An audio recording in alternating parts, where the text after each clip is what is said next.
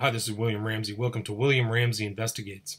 On tonight's show, I have a South African talking about land rights in current modern-day South Africa. His name is Willem Petzer.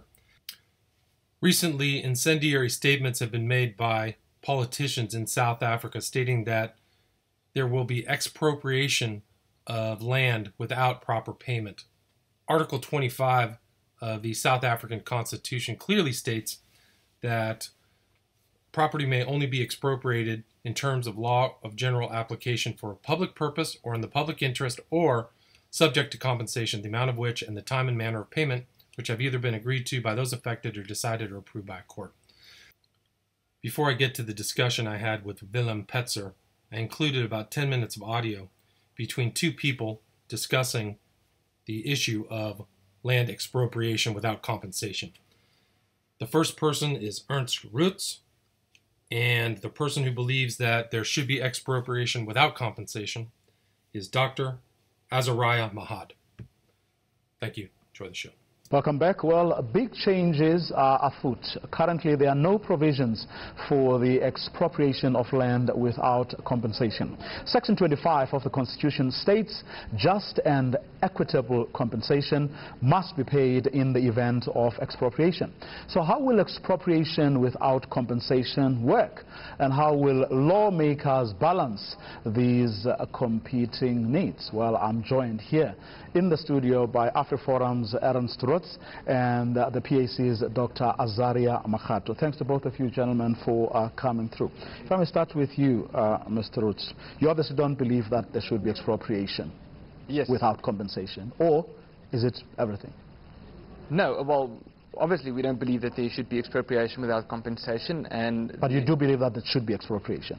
No, we believe there can be restitution. We believe that we must differentiate between restitution and redistribution. And restitution is to say that we must go and look at particular areas and say if a particular piece of land was taken from a particular community, then that land should be given back, and that's why there's a land claims process.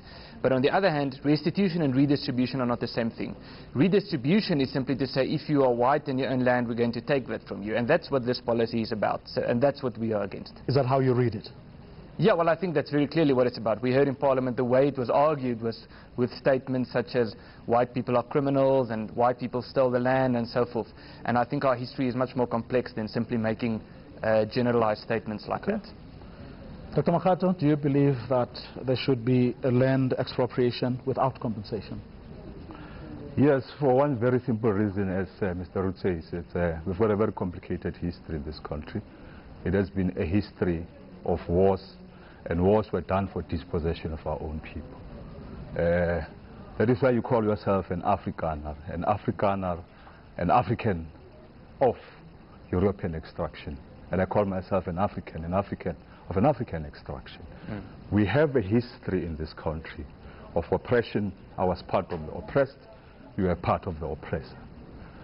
We had our seminal movement in this country in 1994, where we agreed on a way forward, and a way forward was to govern together in a common good of our own people. We did that. But the issue of our own struggle was a question of land that was taken from our own people. So the only way for many of us is that our land is supposed to come back to ourselves. So expropriation for us is very appropriate without compensation. How do we address that past? Fact of the matter is that there were wars, and lots of laws were enacted over the years, over the decades, to actually essentially entrench a system where black people in this country could not really own land. How do we address that? Well, I think we need to be historically accurate. We need to make sure that when we look at history, we determine what actually happened in which areas, other than making blanket statements. The argument, and perhaps Doctor can explain that to me, but I haven't heard an argument in favor of expropriation without compensation, or a person arguing that who's also able to explain to me what can I, as a white person, do to own property legally without having a threat that or without being called a land thief? What should a white person do to own property? You want to answer that, though? Let me answer that. You see, there is this insinuation that whatever we do as African people will be very disorderly. We conducted our struggle as an oppressed people. There were very few incidences where people were just killed randomly. There were very few incidences where people were trapped in the streets. We went to negotiations. Some of us, under the leadership of some of very respectable judges like the Khamu Senekers, we hold hostages in the PAC conferences where we say, in this land, we're going to take it. And we made a compromise. We let the negotiations went on, and negotiations went on. But my point is very simple, my brother.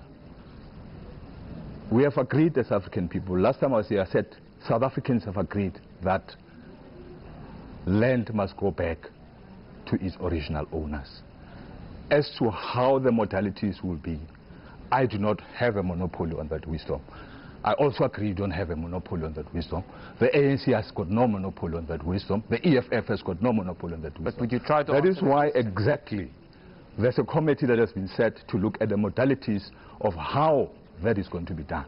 That is our way that we've conducted our struggle, and I think we'll continue doing that in terms of negotiating. But I would really like to hear an answer as to what can a white person do to own property without that white person being accused of being a criminal. Is that possible? Should you not accept that historical wrongs have to be corrected? Yeah, I think... And if you do, then are you not prepared to get to sit in a room with other people who may have a completely different perspective from yours, but discuss what he calls the modalities? That's exactly what I think needs to happen. I think historical wrongs need to be corrected, and I think we need to be able to sit in a room and have these discussions. But it's hard to have a discussion like this when the one side of the argument is, if you are white, then you are a criminal. And we do know that we can go through the Natives Land Act and all of these acts and why they were wrong and so forth. But what is not said is that at the time of the Natives Land Act, black people occupied 9% of the surface of South Africa. The argument that's being put forward today is black people own 100% of the surface, and any land that's owned by any white person was taken through means of conquest or dispossession or forced removals. I mean, that's simply not true. That's factually incorrect. But why don't you answer the very same contrary thing? How did white people occupy land in this country? Well, I can answer that question for you. They were... I can answer that. No, I'm saying. Let's let him answer the question. All right. There was a wide variety of ways in which white people occupied land in South Africa. We must remember the Great Track happened shortly after the Mafekane, shortly after that the massive Xhosa suicide where 10 or 20,000 people died. And there were parts of South Africa that were empty, and I'm not saying the entire country was empty. I'm not saying that. There were parts of South Africa that were empty, and there were many incidents, it's proven, the document still exists, of negotiations for land between white tribes and black tribes. There were many such incidents. The well-known case is the case of Piet Retief and Chief Ngan, but there were many others. You can look at the Swaziland border. You will see to the left, to the bottom side, there's a little gap in the border. The reason why there's a gap in that border was because there was negotiations between Voortrekker people and the Swazis who agreed to give that land to them. But despite these negotiations, despite these cases where land was also bought, the accusation is if you're white and you own land, it was stolen. That's just historically incorrect. Well, before he answers, let's for a second say, take your version for a second of events. Are you saying those empty spots did not belong to anybody? The empty parts of the country you're talking about, they belong to nobody? Well, I think that's an important question, because that's where the disagreement comes in. Is how do you define ownership? And we know that there's a difference between what white people's perception of ownership was when they came to South Africa and what black people's perception of ownership is. We do know that. And part of the problem here, or the disagreement, is, and I'm paraphrasing, but there was an argument that if, for example, black tribes, if they grazed their cattle over a piece of land, then that was their land. And the other side of the argument is it's not that simple to say if you walked over a piece of land and you lived 100 kilometers from there, then that's your land. So the issue about how do you define land ownership is actually a very complicated issue. It's not, once again, strengthening the point that it's not that simple to say if you're white and you own land, you're a criminal. Surely you disagree with that, his version? Absolutely, absolutely, and I don't want to go into those particular details. Through you, I want to speak to the consciousness of the Afrikaner people in this country. Their consciousness in the sense that there's an opportunity where the oppressed and oppressed, the former oppressed and oppressed, must sit down and basically say that given whatever different versions of history, knowing that we know that there is an agreement in terms of history, that is an African land that we're sitting on. An African land owned less part of that particular land. How do we move forward? How do you see yourself when you move around in our own townships? You found 10 shacks behind a house, and we stay in suburbs. We've got a lavish houses and all that. What does that say to you as a human being? And this is all that we are basically saying. It cannot continue to be the same situation as is. We need to move on to create this country. Because now when we say land expropriation, you go out and say to your own investors, you go outside and say, no, South Africa is going to be like Zimbabwe. And we're fully aware that what happened in Zimbabwe was a warning to South Africa. You dare not go on a question of land. But I am saying we are going to go on that particular question of land because we are going to build a consensus in this country in terms of how that is going to be done. And I'm sure AfriForum is going to be part and parcel of that because this is our land, all of us together, and we need to move forward. Yeah, but I'm sure if you consider the fact that, I mean, in 1990 or thereabout, people thought we were miles apart. But a few years later, by and large, South Africans were able to find one another. Yes, I think there was a Rainbow Nation bubble-us at some stage, but I'm still waiting for the answer as to what a white person can do to own property. And if you're not answering that question, I assume your position is if you're white, you cannot legally own property. Okay, let's say your question is not answered right now. But why do you object to getting or starting or being part of a process that will hopefully make us find one another? Yeah, well, we're not against being part of a process, we're not against starting a process, but we disagree with the content of the current process. I think there's a lot that can be done, and there are some radical things that the South African government can do right now that would make a big impact. Like the fact that 25% of people in this country live on state-owned land, and it's mostly black people, the black people that you spoke of, and more than 50% of them complain about the quality of that housing. A radical step could be to say, let's give title deeds to those people, because then that property... But that has been happening in the townships. No, that's not been happening. No. Well, if that's been happening, it's on a very, very minor scale, and that's the exact opposite to what the ANC proposes. The goal is to have the state own everything. That's what this is about. Few seconds. 10 seconds from you, Doc. There is basically no process that has been agreed on. A way forward must be created as to how we're going to go on as a society to do that. I have my own view. The EFF has got its own views. The ANC has got its own views. You've got your own views. You are advocating for protection of white interests. No, I'm advocating for protection of property rights. Okay, that's where we're going to leave it, unfortunately. Perhaps you can talk a little bit about your background and also contact information. Then we can just kind of go into what we discussed in, I briefly covered in our Twitter conversation. South Africa history, difference between the settlers and the English, and currently what's going on in South Africa in general, specifically in your part of the country. What part of South Africa are you in? All right. Do you want me to start with the history also? Do you think that's a good place to start? Americans have a very, I would say for me in particular, have a kind of general history of South Africa. We don't understand the different times that, kind of Europeans were there and the different type of tribal, regions that are in that area. So maybe you can just do a general history, maybe your family background too. Talk a little bit about yourself. All right, so the first Dutch people that came to South Africa, it was actually a shipwreck here in Table Bay, or the Cape of Storms, in 1644. And the Dutch colony in South Africa was never really a colony as the other ones that were state-sponsored. The Dutch colony was sponsored by the Dutch East Indian Company that wanted to set up a trading post here so they can supply their ships. Right. So they were all going to, Indonesia or something like that. Yes. They were mostly going to India to trade spices. Okay. So, sorry. Uh, After they stranded here in 1644, they found out it was an excellent place to set up a harbor. So the company imported some in 1652, brought some specialist farmers here to farm so that the ship can stop at South Africa and resupply on its way to India. Okay. And that's how the Dutch colony started here. And then later, the French Huguenots fled because of the religious persecution in France. They came to South Africa to join the Dutch because the Dutch had the same Reformed faith that the French had, that were persecuted by the government, the Catholic Church. Right. So, Protestants. sorry? They're both Protestants?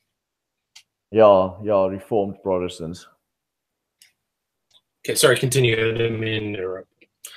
Okay, so later in the 1700s or the 18th century, the British came here and they wanted to annex the colony. So there was a lot of fighting and they brought a lot of German mercenaries to fight, but in the end, the English lost the fight and the Cape became Dutch again, and all those German mercenaries that they brought stayed there. They also became farmers. Part of the Dutch colony, and only a lot later, around the end of the 18th century, the British came again with more mercenaries, and they took over the colony again, and this time they were successful. So then the Dutch and the Germans that were mercenaries brought here by the English got tired of the British rule, because the British imposed a lot of taxes on them and their products and so on. So they decided they don't want these taxes. It sounds like the American colonial era. Exactly the same. It's the exact same reason as well. They felt oppressed because of all the taxes. So then they decided to move out of the Cape Province and start their own country, which later became the Boer republics of Transvaal and Natalia and Vryheid and Stellaland and the Orange Free State. Those are the Boer republics they formed. Gotcha. All these republics later... Sorry, just let the listener know. Basically, these people who had been there all went northeast, kind of up, and the Transvaal means they're going past the Vaal River.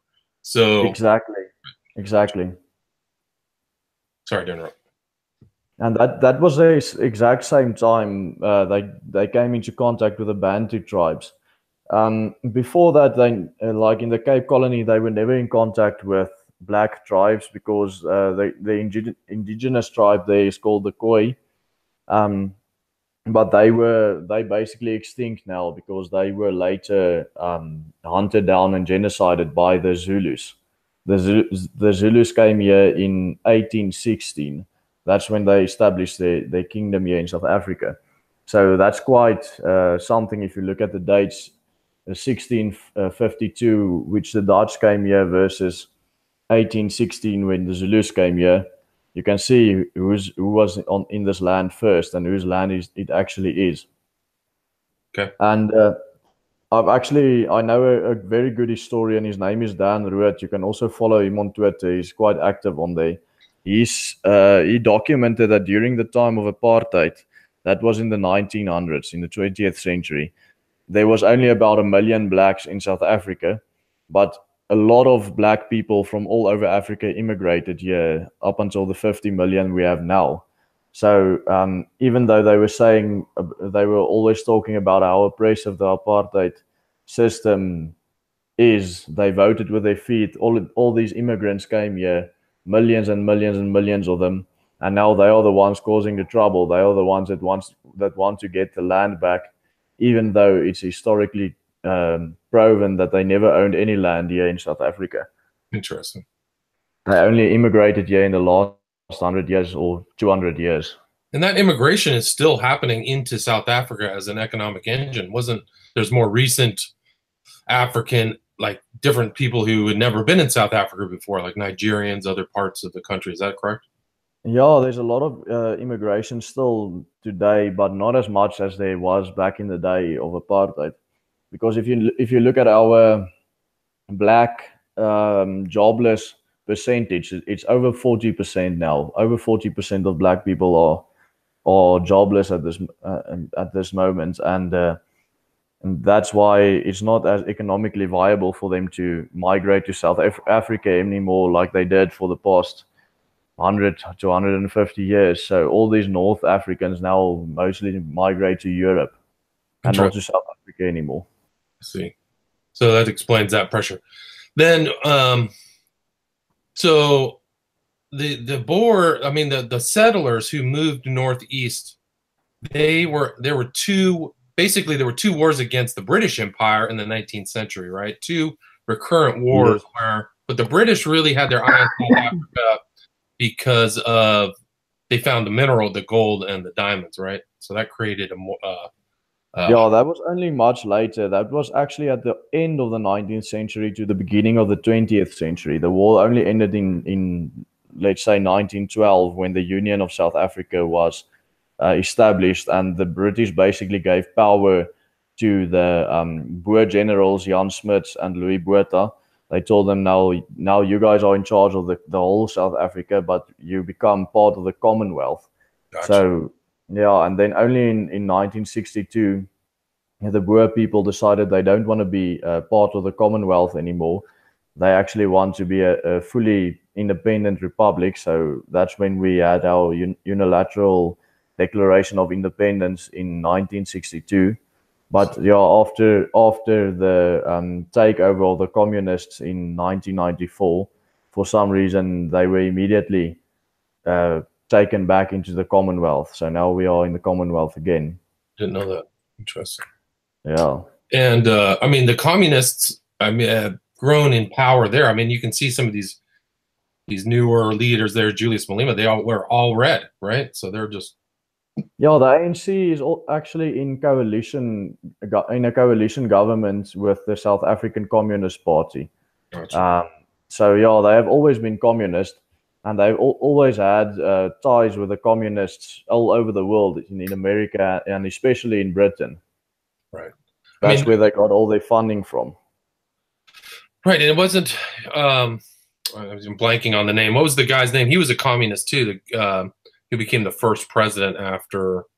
Yes, Mandela. Nelson Mandela. A lot of people don't know that. Yeah. Yeah, he was a communist. You can actually, if you go Google Mandela communist, you can find pictures of him with well-known communists like Fidel Castro is one of these biggest allies, and you also find pictures of him with George Soros and Dennis Goldberg and all these guys that are known to sponsor communists worldwide. Right. And they still do. Well, he went to jail. Mandela went to jail for insurrection. He was bombing places, if I remember correctly. I don't know the exact. I think he wasn't. I mean, he became this kind of poster boy for the anti-apartheid movement, but his early history was a violent revolution. Would you agree with that? Yes, definitely, but it wasn't really a violent revolution against the white government, because I think he knew that if he wanted to pick a fight with the white government, he would have been destroyed. So most of the fights and most of the executions were in the black parts, because most of the black people in that time did not support the Communist Party and the ANC. So the only way they could force those black people to support the ANC and the Communist Party was by violent force. So about 20,000 people were killed under command of Nelson Mandela, and about most of them were black. Only about 600 of the victims were white, but the other 20,000 were all black.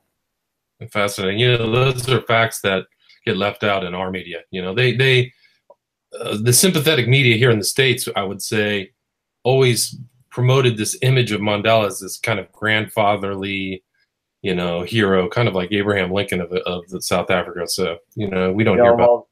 That was basically mostly George Soros and the Open Society Foundation that started bombarding the media with that image of Mandela, which was actually laughable because we all knew that wasn't true. But nowadays, if you look at the world, if you look at the international community, that's the image they have of him. Right. Interesting.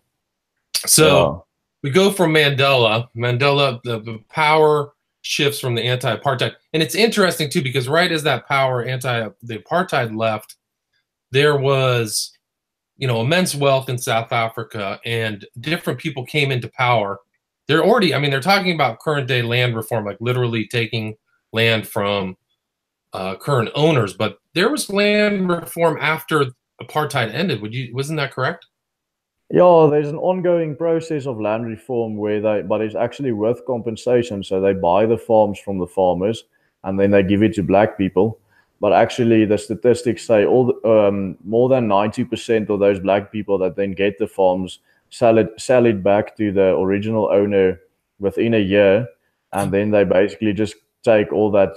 It can be more than $1 million, which they then just get for themselves. So most of them are just in it for the money. They don't want the land; they just want the money. Fascinating. So that this kind of switching of ownership has been happening for. When was it? Is there a specific date in South Africa when apartheid ended? 1990, yes. So would you say that this kind of land switching and gaming the system by owners of these guys, has that been happening for 25 years? It's been happening since 1996, so it's been happening for 22 years now. Gotcha. And the expenditures on land reform by the government of South Africa are in the hundreds of millions of dollars, right? There's huge expenditures to try to redistribute the land in a capitalist system, right? So the government purchases the land, right? But I thought I read a statistic that it was billions of dollars have been spent on this kind of thing. Is that true? Yes, it's more than $1 billion nowadays. AfriForum, one of the civil rights organizations here in South Africa, they calculated that if all the money that has been spent on land reform was just spent to buy up the land, the government could have bought all the farms and all the real estate in South Africa 1.6 times. Wow, that's incredible. So we don't know where all of that money went, but all we do know, it all went into corruption and into the pockets of the top dogs of the ANC and the South African Communist Party. Well, can you talk about the current corruption in South Africa?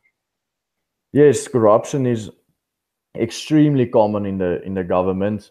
Millions or actually billions of dollars get stolen every year. It's more than $1 billion American dollars, which is quite funny because more money gets stolen via corruption than the international foreign aid that South Africa receives. So one can almost say that they steal all of the foreign aid that South Africa receives, plus some of the taxpayers' money as well. Interesting. So I'm assuming that money is taken away and not put into public programs, road building, etc. Not at all, because the United States actually sponsored $350 million last year to South Africa, which was supposed to go into health programs for people with sicknesses like tuberculosis and HIV/AIDS and so on, and none of that money went into any health programs. It all just disappeared. Fascinating. Is HIV still a major concern in South Africa? HIV/AIDS? Quite so, yeah. They passed a law in South Africa where nobody is allowed to speak about HIV, the HIV status of anyone else. So it's not allowed to know. You are not allowed to know if someone's got AIDS. That's quite a stupid law. So the official numbers are not.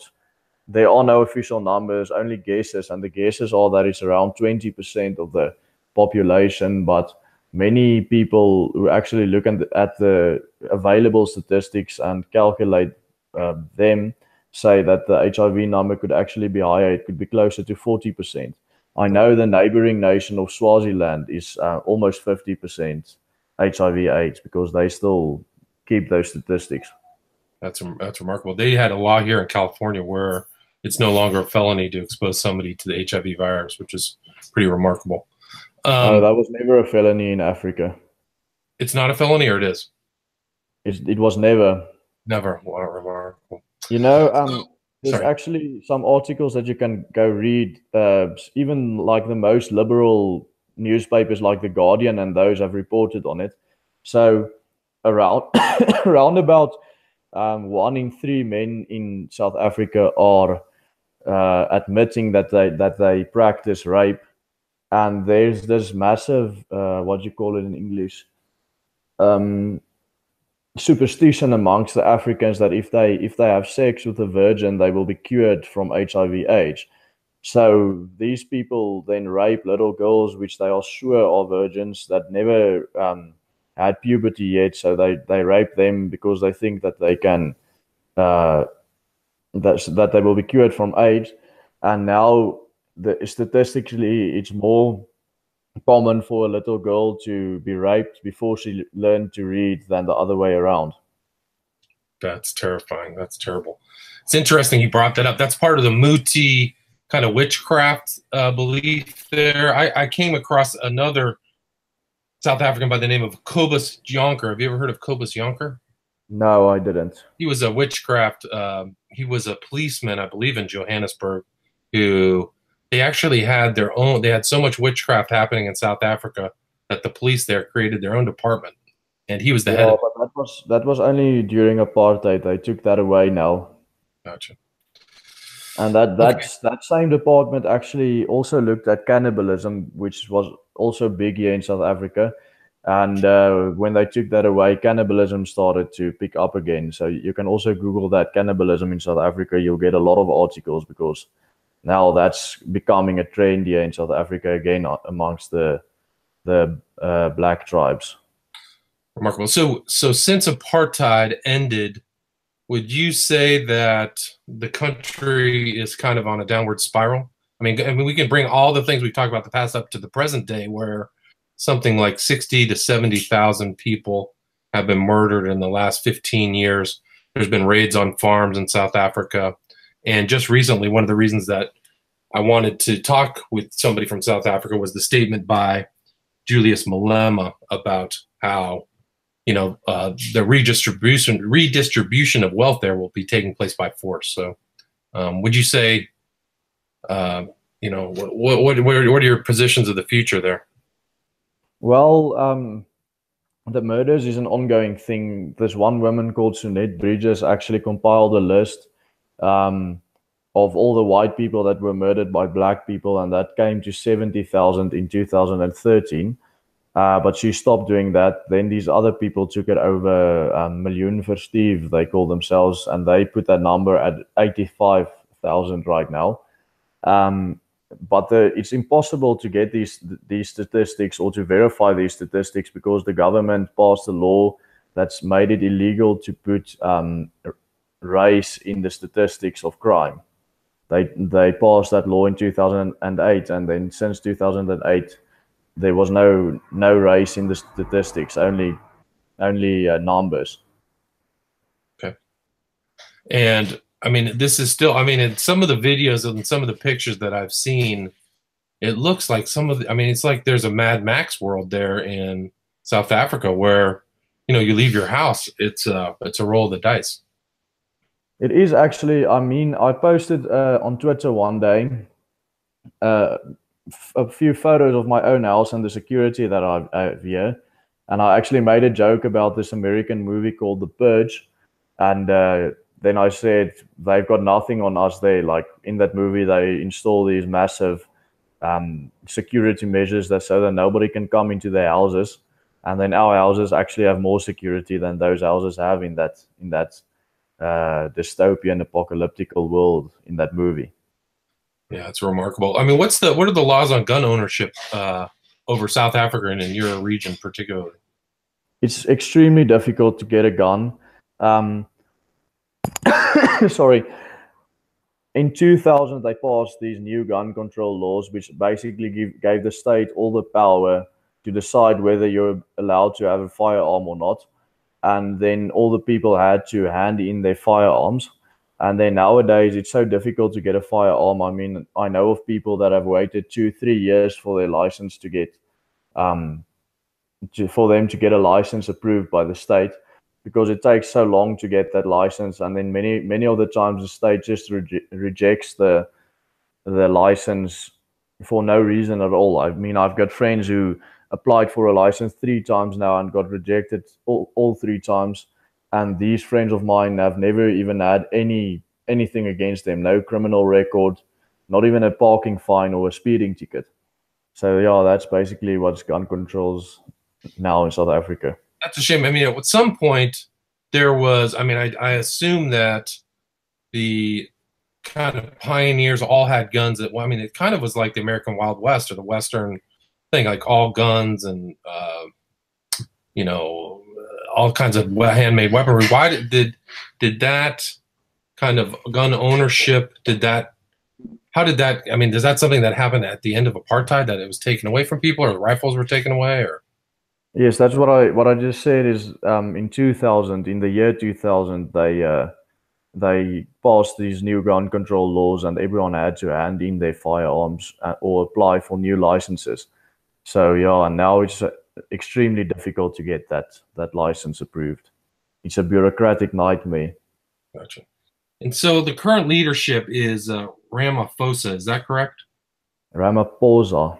So Ramaphosa has also said some made some incendiary statements. Can you talk about that? Yeah, he's actually the guy that declared that land expropriation without any compensation will start to take place in the near future. They're going to try and amend the constitution. That's basically the worst thing he said. Gotcha. And among other things that may have not hit the international media. How long has he been? He's the prime minister, right? Yes, he's the president. And how long has he been in power? Just 2 months now. Gotcha. So now, wasn't there agreements at the end of apartheid that stated, or there were something about that there would be no land expropriation, or that there would be no removal of people from land? Does that sound familiar?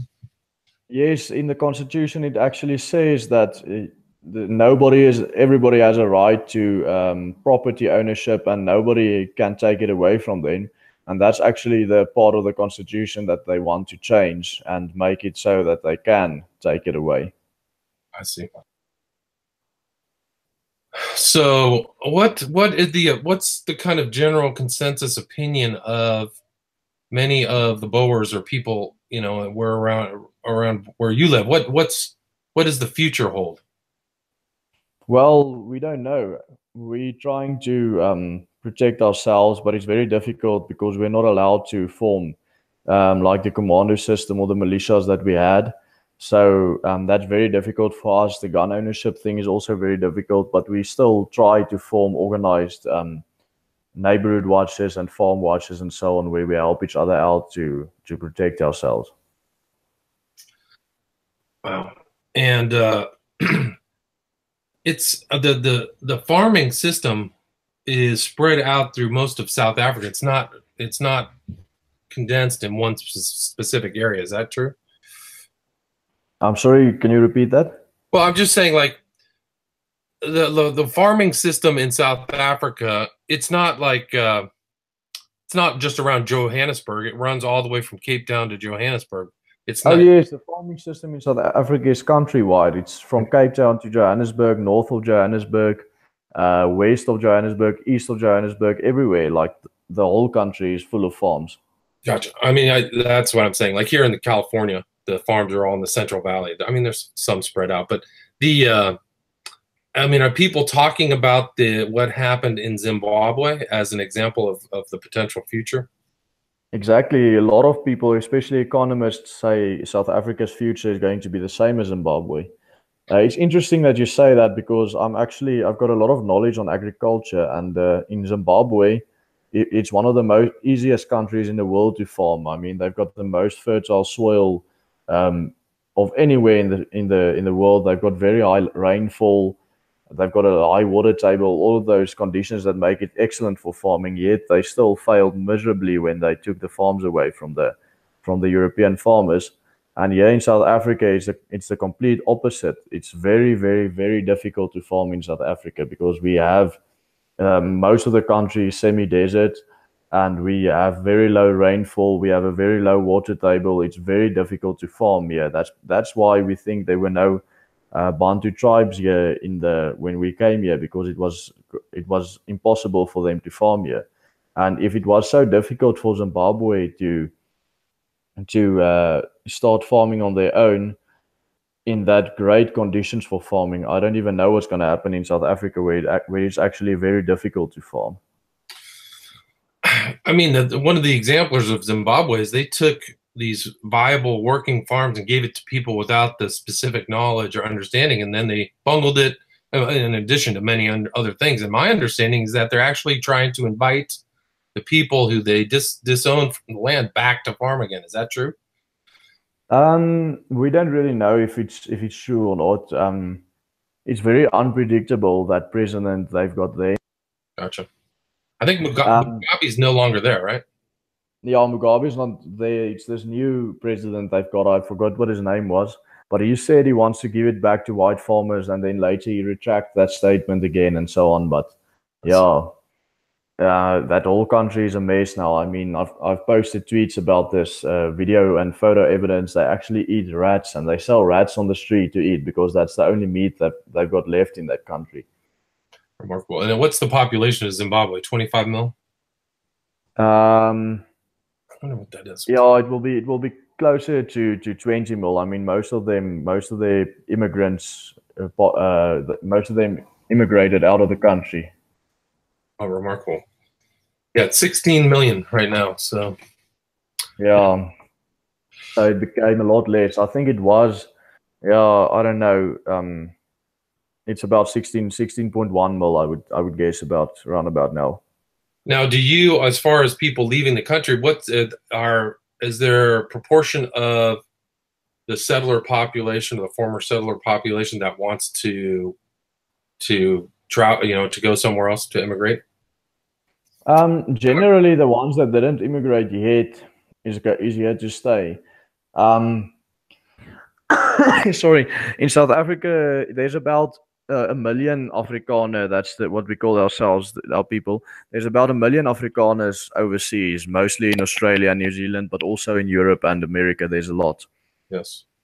There's actually, I knew there were many au pairs who were Afrikaner. I knew people from Durban 25 years ago, so yeah. You got, I mean, the outsiders called you Boers, which is like a farmer term, right? But internally it's Afrikaan. You speak Afrikaans. No, we also call ourselves Boere, or Boers, like you say. Oh, so you do. Okay, so that's correct. Yeah, it's just another name. It's like Holland and Netherlands. It's the same, two names for the same thing. Gotcha. Yeah, that's amazing. So the population roughly of the Afrikaner Boers is about 5 million, and then you have like almost 20% of your population is overseas. Yeah. Closer to 25% of them. Yeah, we have one. I think we have one. Elon Musk. I don't know if he was an I think he's an Afrikaner, right? Yeah, he actually went to the same school, high school that I did. Oh, remarkable.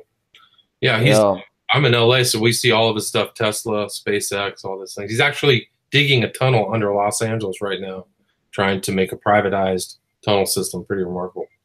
Yeah, he's actually, he contributed a lot to our school and so on in the past. But yeah, he hates South Africa. I don't think he will ever come back. That's a shame. But I don't blame him for it. Do you feel like there's a brain drain that could happen or is happening? I don't think so. I wouldn't say it's the smart people only the smart people that are leaving. I think there's a lot of them that stayed here. If you look at the number of medical doctors per 100,000 people in our population, it's not a lot. But if you take the amount of medical doctors just in the Afrikaner Boer people, it's actually the highest in the world, for example. And our engineers, we also have a lot of engineers and so on. That's the most common. It's the most common profession for a person of Afrikaner descent. So yeah, it's actually, I wouldn't say it's a brain drain. That's good. So what else can we cover? I mean, there was another guy that I actually saw a clip of, a guy by the name of Shivambu. He was like putting his hand on a journalist today, all in red. Do you feel like the journalists are trying to get the information out, or is there an attempt to curtail or keep the journalists from talking about current conditions in South Africa? No, of course there is. I mean, the EFF is notorious for it. They sing these songs to kill the Boer and so on. Then this Floyd Shavambu attacked the journalist there for no reason. I actually I think you saw it on my Twitter feed because I was the one posting about it. Okay, and also, I also posted a video on my Twitter feed of a video where some of these ANC people are fighting within government, and the one broke a jug of water over the other one. So I wouldn't say it's just against the journalists. I mean, brawling is quite a commonplace in Parliament in South Africa. You can Google it and you can get not millions, but thousands of pictures of it. Oh, interesting. I didn't know that. I mean, the whole notion of post-apartheid South Africa, what do they call it? A rainbow nation. Rainbow nation, that's right. And that's also sorry. Yeah. Continue. That's also actually a term that was invented by Open Society Foundation in South Africa. So that's quite something to know. Well, maybe you can talk about Soros and the Open Society and its effect upon South Africa. I think South Africa was during apartheid was probably the main focus of the Open Society Foundation. Their offices in South Africa are one of the biggest offices in the world until today still, and they are very, very, very active here. And during apartheid, him and his cronies and his employees and so on were very active here. Just look at the Rivonia trials. You've got Dennis Goldberg, you've got Helen Suzman, you've got Joe Slovo, you've got Ronnie Kasirales, you've got all these people that were connected to him, that were working actually in that were actually working for the revolution. They never got their hands dirty themselves. They got their black pawns to do it for them, but they just pushed the money and the propaganda. Interesting. Slovo was a communist too, right? Yeah, all these people that I named were communists. And so what do you think the Open Society Foundation, its goal was to just end apartheid or really change the character of the country? I think it's more cultural. They wanted to change the character of the country because there was a lot of opposition in the 60s to worldwide to this whole concept of multiculturalism and multiracialism. The big majority of people were against it worldwide, and nowadays the majority of people are for it worldwide. And I think South Africa played a major part in that change of world culture, because then they showed the world, look here, South Africa was fine, they the rainbow nation now. But all they spread about South Africa all these years were lies, because they were all saying how good it was going here, and especially Open Society Foundation and Soros, they were spreading all these lies, but actually it never went well in South Africa after apartheid ended. Interesting. And also the other thing is the gold and the mineral and the minerals in South Africa were all taken over by Soros and his cronies. So ultimately they had a cultural change, but then when, I suppose when apartheid ended, those kind of like what happened in Russia, these assets are open for purchase. Would you agree with that? I'm sorry? Well, like in Russia, when they had the end of the Soviet Union, international capitalists came in and bought up a lot of their assets. They wanted the oil assets or something like that. And I thought, did something like that happen with international finance coming in, perhaps maybe Soros, and purchasing state property? It was mostly him and his communist buddies that got all the spoils. I mean, Dennis Goldberg, who was in South Africa all these years, the leader of the South African Communist Party, he became a billionaire, a dollar billionaire, after apartheid ended, because of all the mines that he got. And also a guy named Nicky Oppenheimer, you can Google him. He got ties to these people, and he also became a billionaire. I think his net worth is more than or close to $20 billion at this moment. He got it out of diamonds.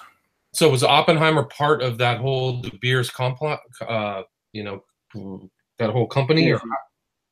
He got the main shares in De Beers. He was the majority owner, but then later he sold it and moved out. Gotcha. So people are selling some of their assets and moving out of the country. Is that true? Yeah, most of these communists or these globalists, I would rather call them, that's a better term, that were fighting against apartheid, most of them left the country. Remarkable. So I find that odd that they would want to be involved in the ending of this governmental system and then leave. It seems odd to me. They just got most of them moved to the UK. Interesting. So they took their money and ran? Yeah, they actually didn't take their money. They made their money and then ran. Interesting. So maybe what you can do is kind of inform people where they can get in touch with you, talk about your social media, and maybe give some advice for people to kind of get the real information about what's happening in South Africa.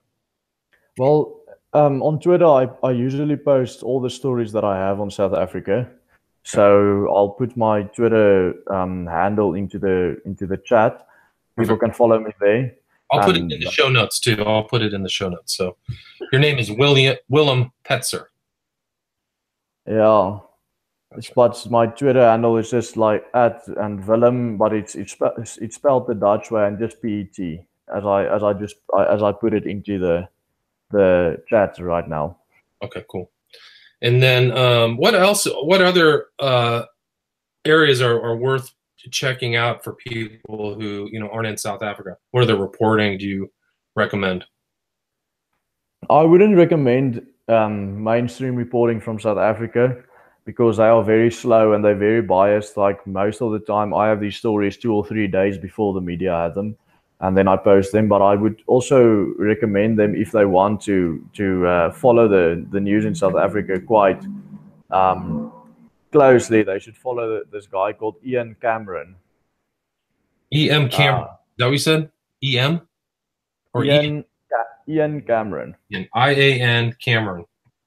Exactly. I'll quickly go onto Twitter right now and go get his handle, and I'll also post that into the group. He's very involved in the whole farm murder thing. He's head of the security at AfriForum, so he usually has these information first. There we go. It's @IanCameron23. Yeah. I'll put all that stuff in the show notes. And anything else? Any other person? I think they should follow AfriForum too. And AFRI Forum, FORUM. Yes, exactly.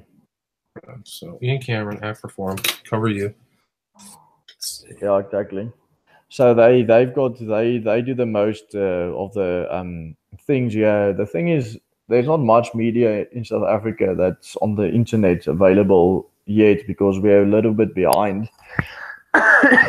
But as I said, some of these guys like myself and Ian and them are very active on Twitter, posting the stories and so on. Gotcha. Oh, another guy that I was following was Rational Gent. Have you heard of Rational Gent? Yeah, he's actually a friend of mine in real life. Okay, gotcha. So I think that's how I actually came across you, was through him. Yeah. So what do you think the effect of all of these, I mean, if you look at Ian Cameron stuff, these marches and things like that, are they falling on deaf ears or? They are definitely falling on deaf ears here in South Africa. The government and so on doesn't give a damn what they say, especially AfriForum and these people. But in the international community, they are raising a lot of awareness because it's not just the government that sees it. I think like the Australian newspapers at this moment are reporting more stuff on South Africa than the actual local newspapers do. Wow, that's remarkable. Yeah, they said, I mean, I've heard that there was somebody in their parliament who was going to table a emergency measure if people wanted to flee South Africa or something like that. So they seem to be. Yeah, they're quite on it. Yeah, that's good. That's in the States. I don't think so. I don't think too many people. Not yet. Yeah. But people are starting to I don't know if you know Ann Coulter. Yes. That's how you say it. Coulter, Ann Coulter. Mm-hmm.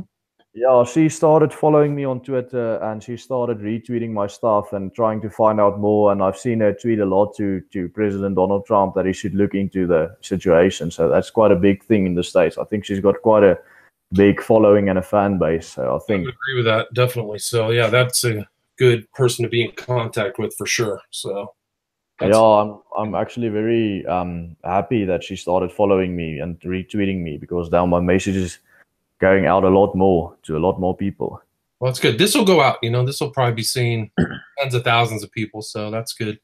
But yeah, Ian Cameron 23 on Twitter, and then Afroforum is AFRIFORUM, all one word. So you can, people can find that. I'll quickly put their handle is actually the exact same as their name, but I'll quickly put that into the chat on YouTube as well. Okay, sounds good. And anything else before we wrap this up you'd like to tell the audience? No, I think we basically covered a very brief but good history and what's going on in South Africa and so on. So I think we basically covered everything. We covered the gun control issue. We've covered the fall murders going on. We've covered the history. I don't know. Is there anything else that you think I should say? Well, I was just more curious about how things are going to go in the future. I think we kind of covered that. But, if you want to get into specifics of, what's going on politically there or anything else, I'd be more than happy to have you back on the show, or you could do a show with Ed Opperman, or I can get your name out there. I'll see if anybody else is. I actually know a couple other broadcasters who might be interested in talking to you if you're up for that. Yeah, I'll always be up if I can find the time. I'm really trying to get the message out there. The problem with the future is just that we don't know. Well, I wish you well. I wish all the people of South Africa well, and I hope some of these problems could be resolved. But I think thanks, I think one of this is like human history, gun control. People don't like the guns here. There's huge problems going on in the States with guns and people shooting in schools. But if you control, you can see the parallels between South Africa and the States. Like exactly what happened here is they are trying to let happen in the States. Yeah, it's a shame. Willem Petzer, Petzer. Your Twitter handle is, let me find that. Willem Pet, WILLEMPET on Twitter. I would suggest people go and follow him, get some excellent information, and he also posts very current videos. So, Willem, thank you very much for your time. Thank you for having me. Great. Have a good evening. Thank you. You too.